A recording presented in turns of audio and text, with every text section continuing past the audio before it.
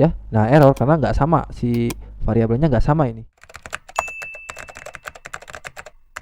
Halo brother, selamat datang di channel gua. Hari ini kita akan coba bahas error pada rumus VLOOKUP. Ya, kita akan cari tahu kenapa rumus itu bisa error dan bagaimana solusinya. Oke, kita simak aja langsung.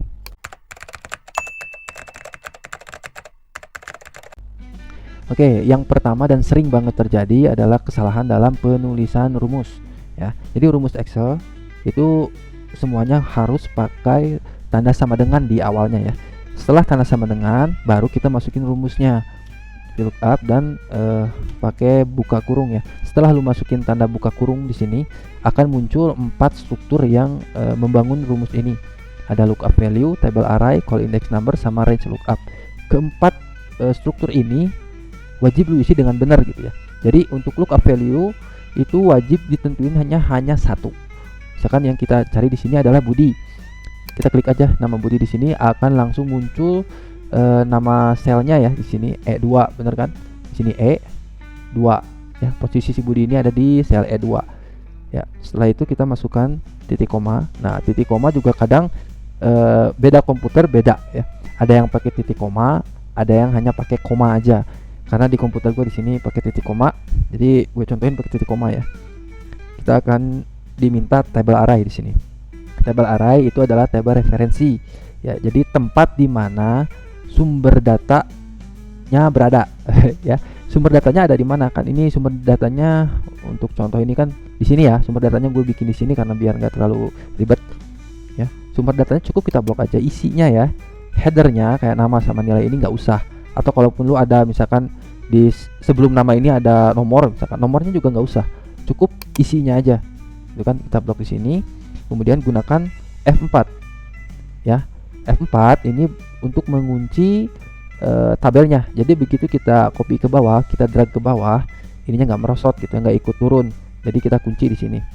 Ya, table array itu isinya adalah rentan data atau rentan tabel yang akan kita jadikan tabel referensi gitu, ya. Kurang lebih seperti ini bentuknya. Gitu kan. Kemudian kita masukkan titik koma lagi. Nah, dia akan minta call index number. Call index number ini adalah posisi kolom di data yang akan kita cari ya. Misalkan di sini kita nyari nilai berdasarkan nama kan. Nah, si nilai ini di tabel referensi itu ada di kolom kedua, ini kan. Kolom pertama, ini kolom kedua. Ya, jadi kita isikan 2 aja. Kalau misalkan yang lu cari ada di kolom kelima, berarti kita masukkan di sininya 5 ya. Tapi karena di sini posisinya ada di kolom kedua, maka kita masukkan 2 aja. Kemudian titik koma. Nah, akan minta range lookup. Range lookup itu biasanya orang umumnya pakai angka 0 aja ya, guys. Jadi angka 0 ini menunjukkan false ya, exact match. Jadi daripada lu capek-capek ngetik false, yang mendingan pakai angka 0 aja gitu biar cepat. Kemudian tutup kurung. Kita coba enter. Nah, ini udah benar. Kalau udah muncul namanya gini, lu drag sini, nih udah bener. Lu tinggal cek aja sendiri, ini pasti rumusnya udah bener. Oke. Penyebab error yang kedua adalah data yang kita cari nggak ada di tabel referensi. Oke, gua kasih contoh di sini. Misalnya gua masukin Ujang ya, terus kita drag rumusnya ke bawah dan muncul nilai error. Kenapa? Karena lu lihat di sini nggak ada yang namanya Ujang di sini. Ya, jadi solusinya lu bisa update si tabel arraynya. Lu input ulang, misalkan di sini Ujang, lu kasih nilai 85, terus lu update juga rumusnya. Ini kan kita dari awal nentuin si rumus ini tabel arraynya hanya sampai sini kan ya, hanya sampai si Wisnu ini nih.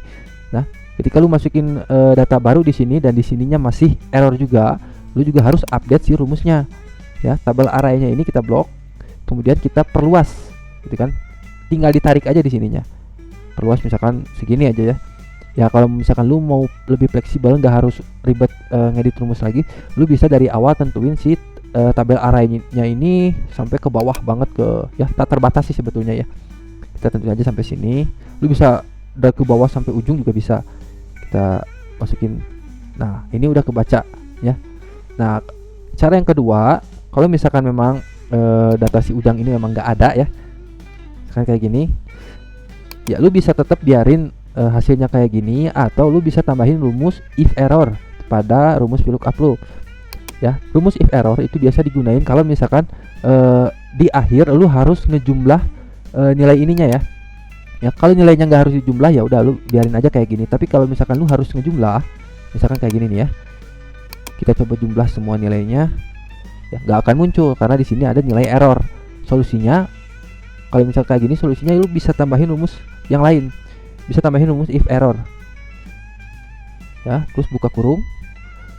Ya, VLOOKUP-nya lu biarin aja, nggak usah diotak-atik lagi. Terus langsung lari ke ujung rumus sini, langsung pakai titik koma dan tentuin nilai error ini lu mau ganti jadi apa.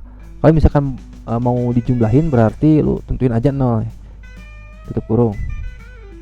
Nah, di ujung ini akan otomatis berubah jadi angka 0. Kenapa? Karena kita menambahkan rumus if error di sininya dan kita tentuin error ini diganti dengan angka 0 ya. Jadi ini adalah hasil akhir yang pengen lu munculin. Gak harus angka 0 sebetulnya. Lu mau ketik misal belum input, tapi kalau misalkan mau pakai huruf, lu wajib pakai tanda kutip dulu ya. Misalkan belum input, tanda kutip lagi, enter. Nah, akan muncul belum input di sini. Jadi gak harus angka 0 sebetulnya. Itu terserah cara lu nyajiin data ini gitu ya. Oke. Next. Penyebab error yang ketiga adalah kesalahan penulisan pada data. Misal yang sering bikin bingung adalah spasi ya, karena spasi nggak kelihatan gitu. Misal di sini nama Budi kan ada 90 ya di sini. Nah, kalau misalkan lu lebih spasi misalkan di sini, tuh kan akan jadi error. Jadi kalau misalkan muncul error seperti ini, nama Budi error, terus lu cek di sini, ternyata nama Budi ada, kok di sininya error. Ya, lu cek dulu si data yang lu input di sini ada kelebihan spasi atau kelebihan titik atau apa, lu bisa cek. Ya, kalau misalkan kelebihan spasi ya lu tinggal hapus aja. Begitupun juga di tabel ininya ya. Kalau misalkan di sini Budi titik ya, nah error karena nggak sama, si variabelnya nggak sama ini. Ya, jadi lu harus cross check ulang apakah data yang lu input di sini udah benar, udah sama persis dengan data yang ada di tabel referensi atau belum. Ya, setelah itu lu baru rumus ini akan ketahuan errornya di mana gitu. Oke. Penyebab error yang keempat pada rumus VLOOKUP itu adalah kesalahan dalam penyusunan tabel referensi ya, atau kesalahan dalam penentuan tabel referensi. Contoh kayak gini. Misal lu punya tabel referensinya kayak gini ya, ada nomor, ada nama, ada nilai. Nah, saat lu nentuin tabel referensinya, lu blok dari sini, itu pasti akan error karena kolom pertama di tabel referensi itu nomor bukan nama, dan lu ngebloknya juga dari nomor bukan dari nama, otomatis akan error di sininya ya. Jadi untuk menentukan tabel referensi atau tabel array ini ya, lu bloknya tuh harus di kolom pertama tuh harus nama.